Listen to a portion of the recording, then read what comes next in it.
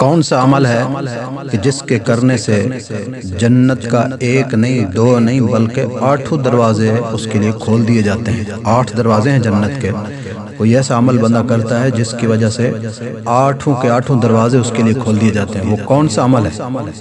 امیر المومنین سیدنا فاروق اعظم رضی اللہ تعالیٰ عنہ سے روایت ہے، نبی علیہ السلام نے فرمایا، تم میں سے جو کوئی وضو کرے اور کامل اچھے طریقے سے وضو کرے، وضو کرنے کے بعد پھر یہ کلمات پڑھے، اشہد ان لا الہ الا اللہ وحدہ لا شریک لہ واشہد ان محمدا عبدہ ورسولہ.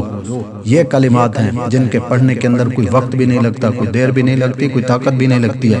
ان کلمات کو ادا کرنے سے وضو کیا، وضو کرنے کے بعد جب آدمی نے یہ کلمات پڑھے، نبی علیہ السلام فرماتے ہیں اس کے لیے جنت کے 8 دروازے کھول دیے جاتے ہیں. جس دروازے سے داخل ہونا چاہے وہ داخل ہو جائے.